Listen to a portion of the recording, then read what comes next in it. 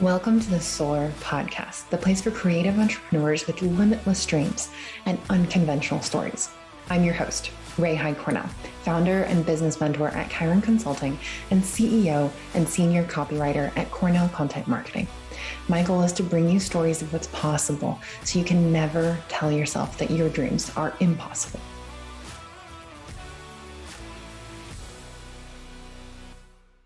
All right, so welcome to the Soar podcast. Today we have Jonna, who is my personal favorite social media manager. She has been doing social for our clients for more than 2 years now, and is just by far the best social media manager that I've ever had the chance to work with. So I wanted to bring her on and have you guys hear from her, since I know a lot of freelancers like to get into social media management. So Jonna, can you introduce yourself and tell us a little bit about Wimple Media? And oh my gosh, you're doing so many other things too. So tell us what you have going on.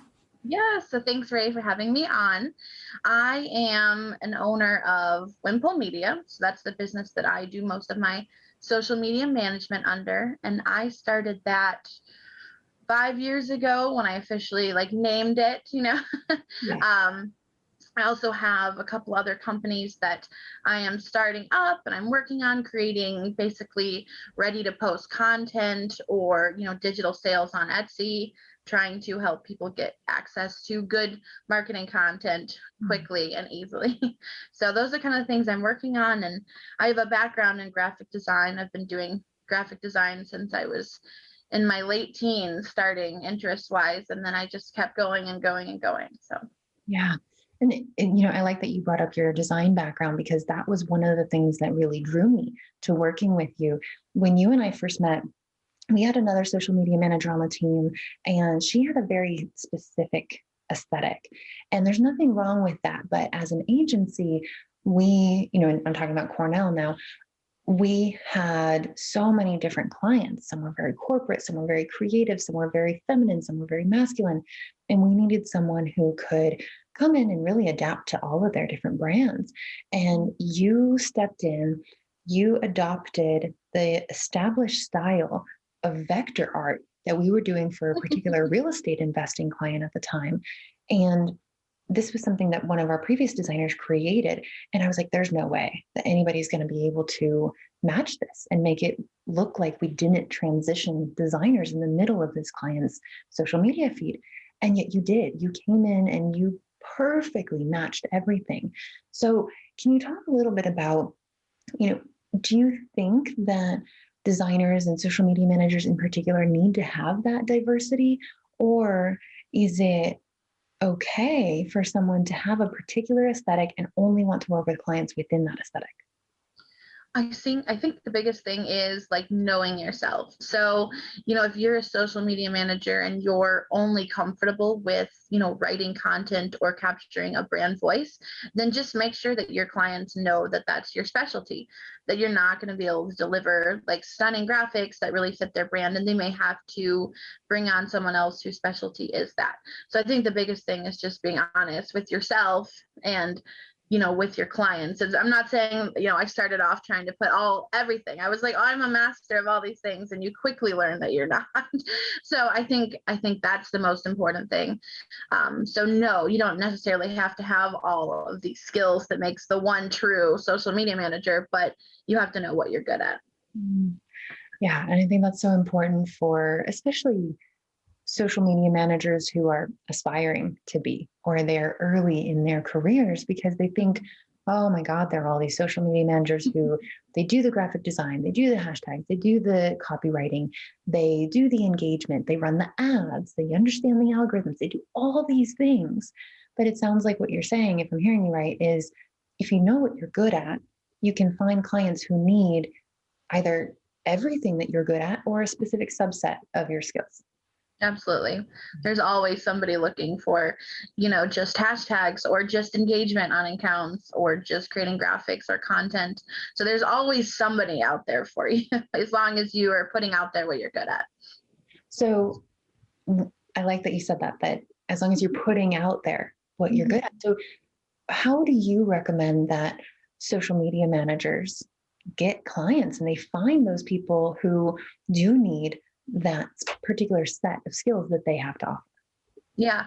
Ideally, being active on social media is going to be the key here. So, I haven't done any paid ads to point. I focus mostly on networking and creating connections. Facebook has been a really good booster for me as far as joining groups and interacting and just creating like real relationships with other business owners or agencies and creating partnerships.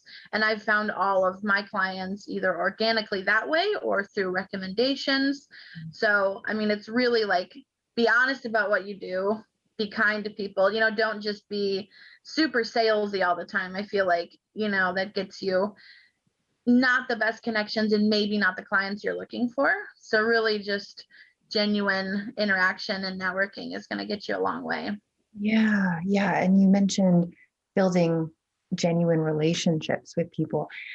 How do you feel that happens best on social media where we are, I mean, especially if we're in groups, and we're in these groups, we see these opportunities get posted, and then we blink our eyes, and suddenly there are 200 comments from people who are also in that Yeah. position.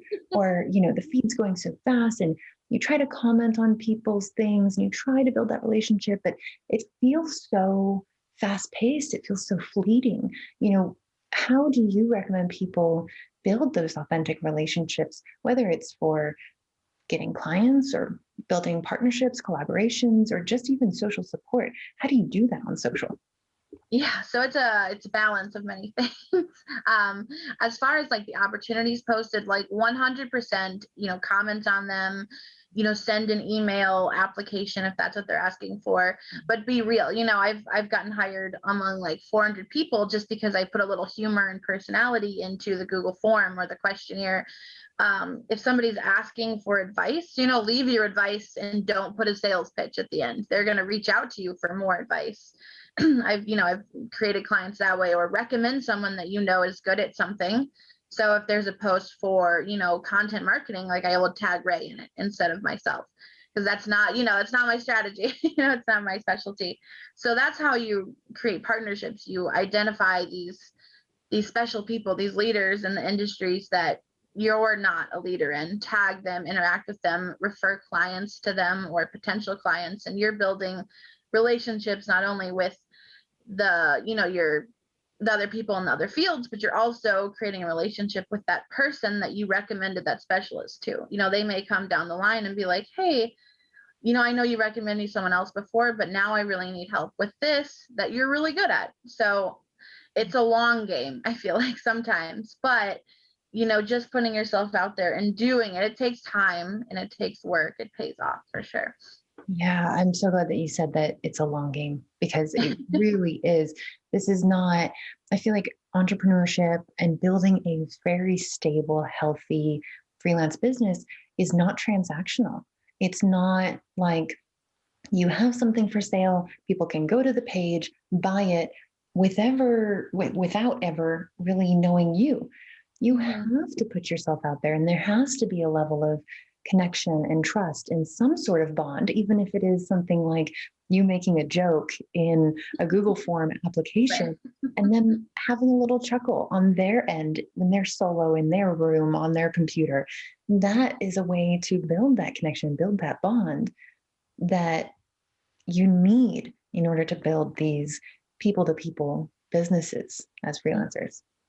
Absolutely. Yeah. And don't be afraid to follow up. It's I worked with someone probably 4 or 5 months ago, and I just created some Pinterest graphics, and I reached out to her a couple weeks ago and I said, hey, I just wanted to check and see how you're doing, if you need any help. And now I'm her social media manager. So I mean, you gotta like, don't be afraid to reach out and text people or call people and see how they're doing too. Yeah. So, and it's interesting that you bring up texting or calling. When you are reaching out to your clients, do you have a particular system? Like, do you like to text people? Do you prefer to hop on a Zoom call? Do you prefer email? Like, what do you feel like is natural, and what do you feel like is okay for freelancers to do?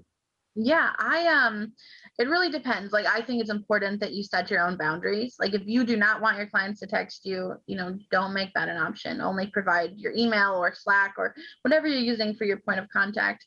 But I am pretty flexible. I try to work with my clients and I'm open to most forms of communication. I always love to have a Zoom meeting or a video meeting with my clients at least once a month because it reminds them that like you're a real person and that you're having a connection as opposed to just sending an email. Sometimes it's easier to connect and have a little bit more of an exchange that has value.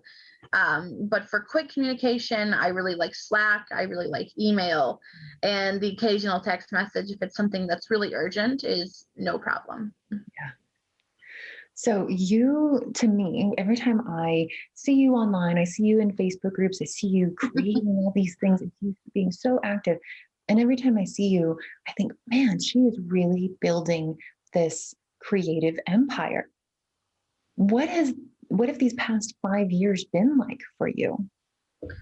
It's been good. It's been a struggle. I was working in a restaurant full time. So my daughter's 6 and I was, working full time when she was a baby at a restaurant and coming home and picking her up from my parents at midnight and then going back to the apartment. And it was just, something had to change. I had started doing just graphics for a digital marketer based out of Texas.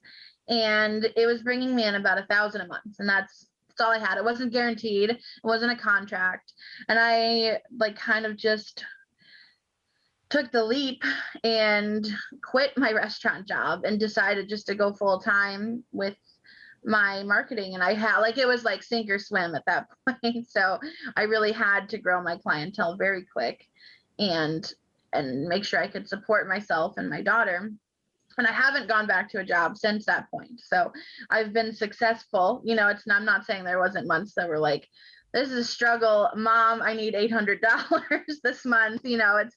It's just part of the journey, but there's always a starting point. And I found my first clients on Craigslist 6 years ago. Oh, it's the whole thing. Oh my goodness, it takes me back. I know, right? It's a very dangerous game, but it's been amazing. It's been freeing. It's nice having control of my schedule, being able to choose who I work with, being able to travel when I'd like. So it's gotten to a point where it's great and it's amazing, and I wouldn't go back. So that takes a lot of courage to go from you're working in a restaurant to you have this kind of like side gig of doing social for this business in Texas. You have a daughter who at the time was an infant to 1 year old. What was that tipping point for you where you're like, screw the employment world. I'm going to go all in on creating my own business. What was that like for you? Yeah, I think it was just the fact that like I was barely getting to see my daughter. I would have to go into work, by 2 o'clock or 3 o'clock, which means I'd have to go take her over to my mom's by 1.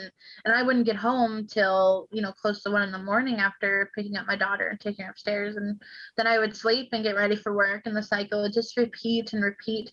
And it wasn't very fulfilling. And, I made okay money at my restaurant job. It was like a fine dining restaurant, but it wasn't satisfying. There was nothing fulfilling.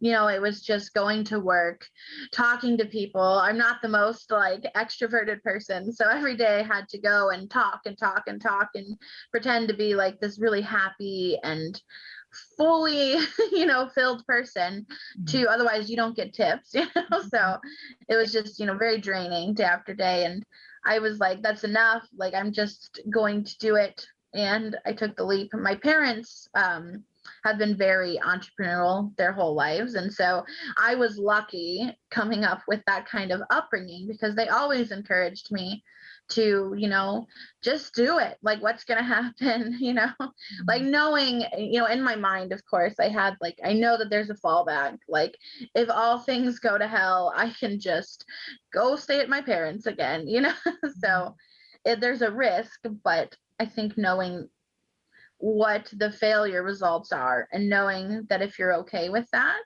then just do it. You know what I mean? You have to be like, okay, these are the consequences. I accept the consequences and then just try. Yeah. And your choice was Do you stay in a job with a paycheck? And we all know, especially after the COVID era, how deceptively stable that is. It's really not stable because you can be 5 days a moment, but staying in that job, being unfulfilled, and being forced to be someone who you're not. Because as an introvert, you might get these short bursts of being able to be outgoing and social with people, but then you need to kind of have your alone time and recharge your battery. And you were having to be in this situation where you had to be outgoing and outspoken all day long. That was choice A. And choice B was be myself and spend time with my daughter.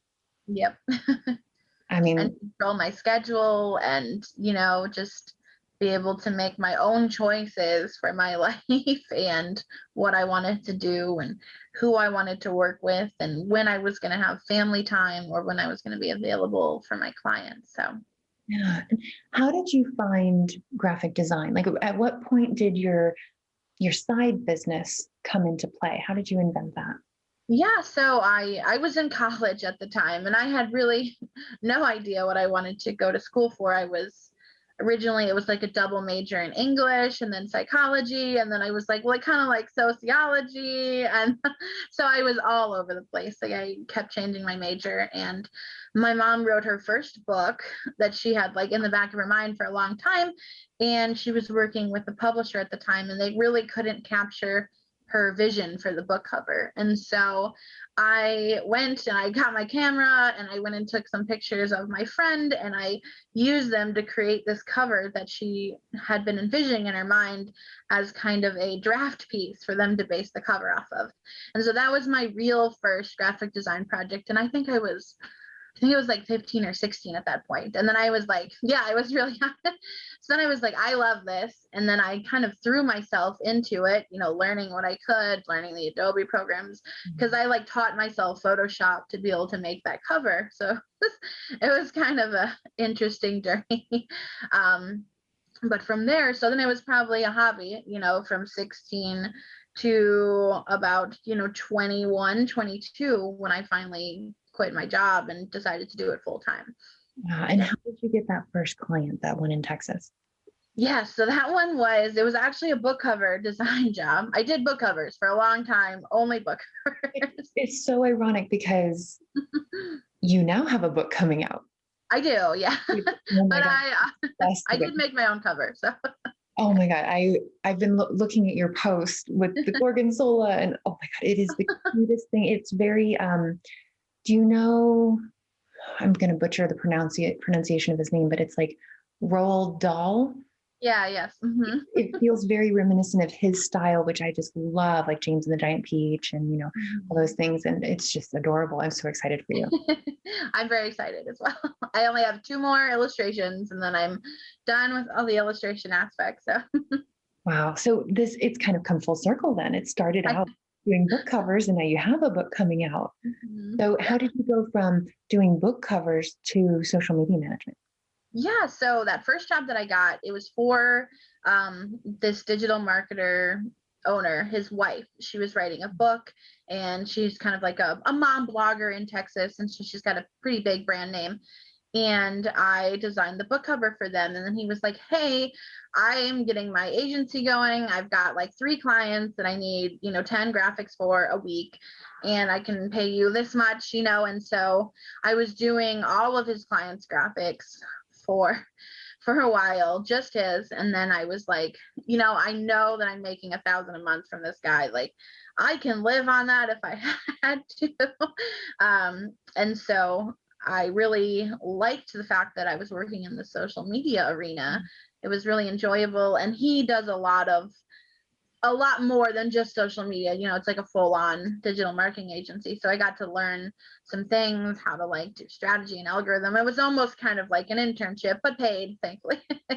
But I started doing that and I really loved it. And that's when I kind of started branching out. And at that point, just taking on more design projects. I started doing really cheap logos to build my portfolio and started doing things that weren't just book covers. I was like, wow, you can design more than one thing.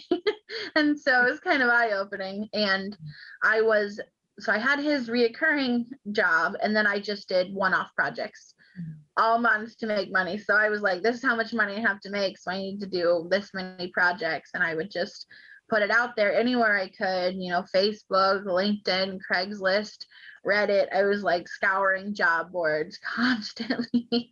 Yeah. um, and then I found another client who was a photographer, and she needed ongoing social media work. And I've been working with her for like 3 years now or so, I think. So it's just been kind of a slow journey, but I didn't really know what I wanted when I started. And so luckily, being in the entrepreneur world, I've been able to like define my viewpoint as I went along. And that's so important to kind of hone in on, because I think that's a common journey for all of us. I mean, I certainly did that when I started out as a freelance writer. I was doing website content, I was doing blogs, I was doing slide decks, I was doing essays for people. I did that in college. Yeah, like I was doing a little bit of everything, product descriptions, emails, like everything. And I feel like you have to do that when you're in the early stages of freelancing and really figuring out, what do I like to do? And in particular, I put off doing emails for the longest time because I was like, I hate getting marketing emails, so I'm never going to do them. But then when I first got my first email marketing job, I was like, this is actually really fun, and I can make them emails that aren't annoying. And so that's one of my favorite things to do now is marketing emails. And it sounds like you went through a similar process where you're like, oh, you can design book covers, and then you can design social media graphics, and you can design this and this and this and this and this. And you kind of took the tasting menu of everything before you figured out, oh, this is my favorite selection. Absolutely. And I think it was really important for me because, I didn't have much of a background in the digital marketing world. So figuring out what I really liked was important because I didn't want to get stuck doing something that I didn't like on the long term again, because I came out of that and I didn't want to go back into that. So for me, it's about balance. That's why I really like social media management so much, because I get to write, I get to design, I get to play with numbers when I don't have any creativity in my mind. So there's a lot of things that I can do to take breaks from certain things so I don't get burnt out. So how did you come to that realization that you needed to have something that was adaptable to the different kind of moods that you're in? I'm in a creative mood, I'm in an analytical mood. How did you find social media management, or how did you make that decision when you do have all these options all around you? Yeah. So I think it was really the point that if I'm not creative and I try to like force it out of me, or if I'm not in the mood, I'll get really down and like unmotivated, and I just like won't want to work at all, and I will procrastinate. And it's like everything that's due on Saturday morning is being done on Friday at midnight, So when I was trying out different things, and I found social media management, and I found that it was almost the perfect balance, and it seemed like a very natural route for me to go. Because I don't have, traditional college training in graphic design. I really wasn't leaning towards the print aspect of things because it's a lot more technical, and I can do it, but it just takes me a lot more time. Like, I'm very anal about it. And for the amount that I would charge, I would be like, it's not worth it for my client because I'm charging this much. And so I really wanted to do something that was on the digital side of things, and something that had a really good balance, because I did like to write, but I'm that person who can write a short story, but I can never write a novel, So I need bursts of writing, bursts of designing. And I found that I really enjoyed doing it. And I was like, this is great. Like, I can do this for a long time because I'm not going to get burnt out on it. Yeah. And that, I think, so I have this love-hate relationship with social media. I love creating content. I love writing the posts for Cornell, for Kyron, for clients. I love doing that. And I love seeing the images come together. Like, I love seeing when your images are uploaded into Airtable. I'm like, oh my God, these are so pretty. I just want to go through and look at them all. I love that part of it. And then there's the constantly shifting algorithms. There's the constantly shifting demands of, you have to have comments, you have to have likes, you have to do this much engagement. How on earth do you keep up with because you do it all. You do the engagement, you do ads, you do the creation. How do you keep up with the fluctuating social media demands? A lot of webinars. So just like any business, any job that you have, it's really important to continue education. And that's no different for a freelancer.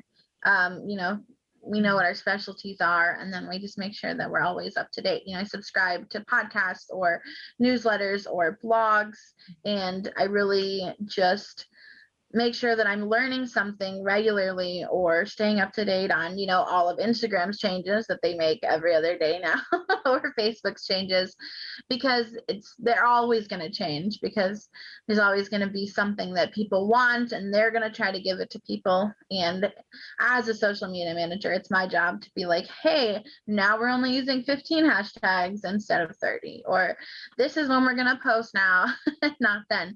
And so I think it's really important to, one, be aware of what's going on in the social media platforms, and also like being aware of what people want is a big thing too, because it's a balance, because your client may want something that's completely different than what the algorithms say that they should want. So it's like trying to find the balance of what should be done. Yeah, and I think that's something that you do really well. I've seen you do in our client meetings with clients at Cornell, is clients will come to us and say, hey, why aren't we doing this? Why aren't we doing this? Why aren't we doing this? I want to be doing this much in terms of hashtags, and I want to be doing this. And you have this amazing ability to come to them being very calm. You're always very calm. To me, I'm like, holy shit, I don't know the answer to this. I don't know what to say to You should them. hear my rants to my husband before I send my email. And you always bring this level of calm to the conversation. You go, well, we could do that, but this is why I recommend doing it this way. Facebook just did this. Instagram just did this. This is why I recommend this strategy for your brand. And then, of course, if the client wants to say, no, I don't want to do it that way, I want to do it my way, then you're like, okay, fine, but just know we might not get the results you want. And then you go ahead and do it their way, but you give them that education of this is why we are doing it this way. And when you are backing up your argument with ongoing training and staying up to date with those things, it seems like it helps you stay very calm, cool, collected, and confident in those client conversations. It does, because just when you talk to anyone, like, you want to know what you're going to talk about. We've all had that moment where we get put into a conversation and we have no idea what's going on. And I hate that feeling. It's just like instant anxiety, and it makes me feel bad, and I can't sleep. And so when I talk to someone, I like to know what the heck I'm talking about, and be an expert in whatever is going to happen in the conversation, ideally. So do you have a few favorite websites or webinar hosts that you like to kind of stay up to date with their courses and what they're putting out? It's a lot. I really like oh, there's, I really like the Gold Digger podcast. That's like my favorite, like, upbeat, and she talks a lot about like algorithms and email sequences. That's one of my favorites. Otherwise, I really just follow like the Hootsuite blog and the HubSpot blog, trying to make sure that I'm up to like the actual statistical aspects of things. And then I just dally in all the groups, and if someone puts out a resource or they're doing a live video, I follow, and I swear half the time I probably don't even look at their names. I'm terrible. I'll like just scroll and I'll be like, oh, this is a live video on social media, I'm gonna listen, and then I'm like, I don't even know what group that was in. So, yeah. Wow. Yeah, there's just so much information out there, right? And There's a lot. And once something changes, there's going to immediately be like 4,000 blogs about that one change. So it's really easy to find the information if you're looking for it. I really like to look at Google News, because that filters all of the articles. So you can search a keyword and you can sort it by recent, and then you'll get any kind of news articles or changes on anything that's happening. So that's a really good asset or resource. What would you say to, and I might just be completely off track here, but I would imagine, especially for new social media managers, that you just mentioned that when a change comes out, there's going to be 4,000 blogs about it. Well, someone might feel like, oh my God, now I've got to read all those blogs. I got to make sure I'm not missing one little bit of information that's in one of them, and I don't know which one it's in. And what would you say to the people who might be feeling overwhelmed by keeping up with digital marketing today? Yeah, I think finding someone whose voice you really understand, because everyone has a different writing style, and someone may be more like, these are my numbers, this is why, very statistical, very like straight to the point, where other people are going to write more of like, this is the why behind it, and add a little bit more fluff and reasoning, and make it like break it down into really straightforward terms. And I think just finding someone that you resonate with, that you find easy to understand, and you value their opinion is going to be the biggest point. So, finding which blog works for you, that you don't mind reading, that you don't hate researching, is really key. And then just focusing on that, because if you know that they're putting out good content and good news and updates on things, then just stick with that one thing and just keep your eye out if anything else comes by. Yeah. Yeah. Yeah. Focused learning.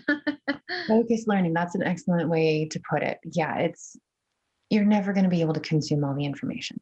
You No. have to pick one method and just trust that if you miss a little tidbit of information here and there, it's not the end of the world. You're working with as much information as you can possibly consume without losing your damn mind. Yeah, exactly. It's all about balance.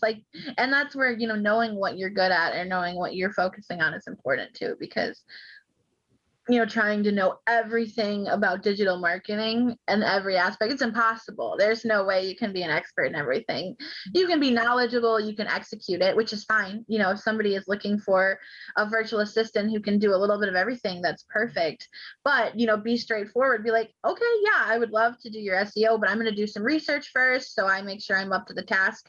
And just be upfront that, okay, I'm not an SEO expert going into this project, but I'm going to learn so I can execute it properly. Yeah. It's funny. It's the second or third time I've heard someone mention this week that learning is really part of the process as a freelancer. What role do you think that comes into play when we're looking at acquiring new clients and getting new jobs and expanding our skill set? Do you feel like you need to learn that skill before you get the job, or is it okay to apply for the job and trust that you know how to teach yourself and you can learn while doing the work? Yeah, I think it really depends on the level of client and what you're doing. So, if, like I said, don't claim to be an expert if you're not an expert, but not all clients are looking for an expert. Some clients are fine with taking on someone who is a beginner and is just going to learn along the way, and just being honest about it. I think that's fine. That's how I started. I'm going to tell you, some of those old graphic design projects, they're not in my portfolio. So, it's a learning process. And I'm like, oh, all these clients are going to be like, so now that you're actually good at what you do, can you redo this? But there's nothing wrong with that. Just be honest about your skill set. Don't be like, oh, I'm an expert at this and I've been doing it for this many years. Just learn, but be honest about where you're at, as far to yourself and to your client. Yeah, for sure. So you, changing gears a little bit, you run a Facebook group for freelancers, right? Maybe we closed it. No, we closed it just because we are kind of shifting gears with what we're doing. We had it open, but we're probably going to rebrand it and create a new group at some point, because I'm rebranding the business that I'm launching. And so there's just a bunch of different things coming along. So it's not open anymore. So I love that you told me that, because I think there's this assumption in the entrepreneurial world that when you launch something, it has to be a huge success and you've got to turn it into a 6-figure and then a 7-figure business. And it's got to be this, groundbreaking thing that you're super proud of. But I've done this many times before where I'm like, oh, I'm going to do this.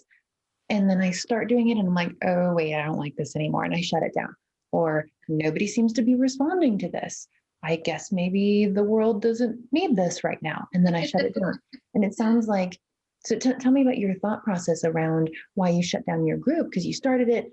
I could tell you were very passionate about it. And how do you feel about that decision, and what freelancers need to know about it's okay to, kind of kill your own projects sometimes? Yeah, so we started this project and we actually started it as a storefront on Etsy where we're selling like graphics and Canva templates and content. But we wanted to create kind of a community to go along with it so that business owners could be accessible to getting content at a low price, at a low cost. And we wanted to create kind of a community that was all about helping business owners make money or entrepreneurs make money, even when times were crappy. Mhm. It's a little bit harder. Um, and we kind of went through, we planned out like, here's 3 months of content. We were working really hard on it, but there just wasn't a lot of response in the group. Mm. We grew to like 200 members pretty quickly, but it was just kind of, we were posting daily, but there just wasn't much response, and maybe it wasn't the right audience and the right amount of interaction. And so it was almost kind of like we were just throwing stuff into a brick wall that wasn't doing anything. And we had to sit down and be like, is this a good use of our time? Like, do we need to be putting out content every day to this group? Is this going to help us get closer to our end goals in the long term, or is this just something that is draining and we're gonna let it fizzle off in a few months anyway? So we made the decision to shut down the group and just focus our efforts on the Etsy storefront. Mm. Yeah. Yeah. So do you feel like, trying to think, like I have this question, but it's not in word form yet in my brain. Do you feel like that's kind of a stigma in the freelance and entrepreneurial world where people think that, oh, I've got to start a group and it's got to be wildly successful and I have to hit 1,000 members by this time? And I mean, what's the reality around building an online community these days? Yeah, I think that it's very popular, and I think that a lot of people try to do it. But I think going into it with the right mindset and making sure you know your audience. We just kind of invited like everyone that we knew that owned a business into the group, and maybe that wasn't the best move. Like, maybe we should have really done more of like a actual lead magnet to get people who were already a warm client, a warm lead into the group, as opposed to just blind inviting people.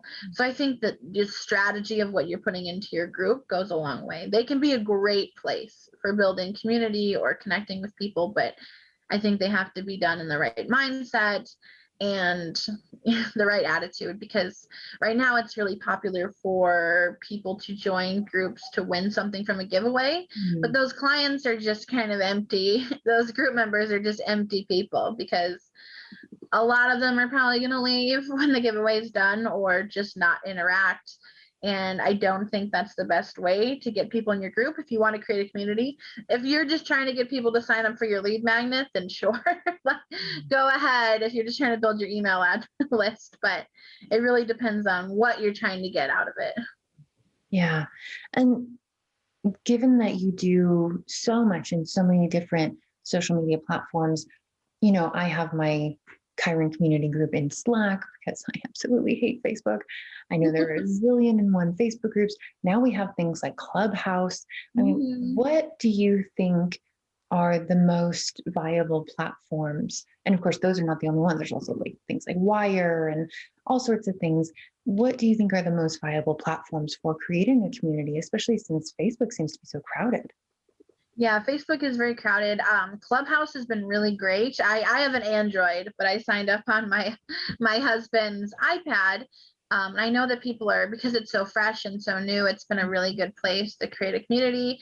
And the developers are actually creating a paid gateway. So you can have a paid community on Clubhouse right now. So I think that'll be a really good opportunity for people, because there's a lot of people who like to connect via voice as opposed to typing in a Facebook group. So that's going to be a really good area for people who are very vocal and storytellers and really good at communicating with people verbally.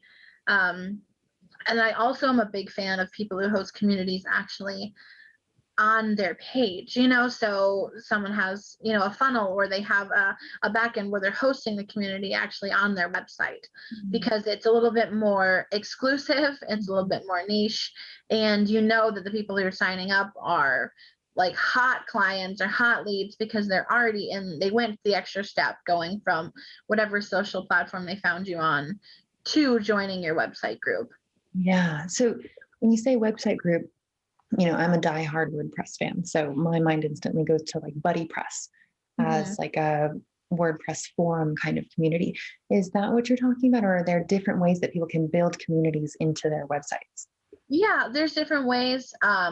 There's like courses where people have like it's a long-term kind of training course, and they're kind of put into this membership, and they can communicate with the other members, or they can learn assets together. And there's also forum like type communities, which have proven over time to be really good in the long run. They've always kind of maintained their functionality, which is really good. And then also, if your community is more of like a sales community or something that you're providing a product, but it's still a community, having all of those assets hosted on your website, having people log in and put their information in or communicate that way. Yeah. Yeah. Excellent. Oh, you're just full of so many good ideas. So what's next for you? I mean, it seems like you're always just in creator mode. What's next for you? Yeah. So I'm launching a new platform called the Thrive Collective, and it's basically a community and a shop, and I'm going to be selling like created assets and content and prompts and tools such as like a bulk Hootsuite calendar uploader and different things like that. So we're going to be launching that here shortly. And so that's a big project that I'm working on right now. We'll also be doing a subscription. And then I'm working on my children's book as well. So I've got my hands in lots of pots. I love it. I love it. And where can people find you online? Yes. So I like Facebook's probably my favorite and my most communicator. So I really like when people follow me on Facebook. So it's Facebook/Wimple Media is my main Facebook account. And you can go to my Instagram, but it's all just reels of my dogs now. So I've given up on any marketing content. It's just dogs. But it's also /Wimple Media. So it's real easy because all my social channels are Wimple Media. Okay. But yeah. And what if people need help with their social? I mean, are you taking clients right now? Can people reach out to you for help with that? Yeah, absolutely. I am taking clients under my Wimple Media account, and I'm also launching a different kind of social media management, which is a little bit of the lower end, where I'm creating content for them and then just scheduling it. But that's going to be called Social Salamander. So that's going to be a very like approachable level of social management. Love it. Love it. Thank you so much, Jonna, for coming on. I mean, you have such a wealth of wisdom around building communities, social media, digital marketing. I mean, all the things. You really have turned yourself into just this like knowledge sponge where you just process all this information and it just gets to benefit all your clients and all the people around you. So thank you so much for coming on and sharing today. Thank you for inviting me. I was very excited. I kept checking my calendar. I'm like, oh, it's this week. It's this Friday. So thank you so much. Yep. And we will put the links to all of Jonna's things, including her book, which I'm so excited about, in the show notes. So thanks, everyone. Bye-bye.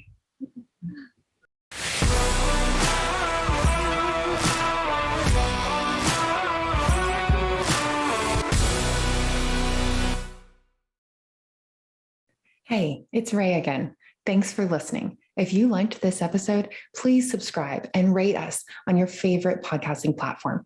We're on iTunes, Stitcher, Podcast Addict, YouTube, and more. And want to be a guest on the show or know someone who has an amazing story of entrepreneurship? Apply on our website at www.chironconsulting.us/podcast.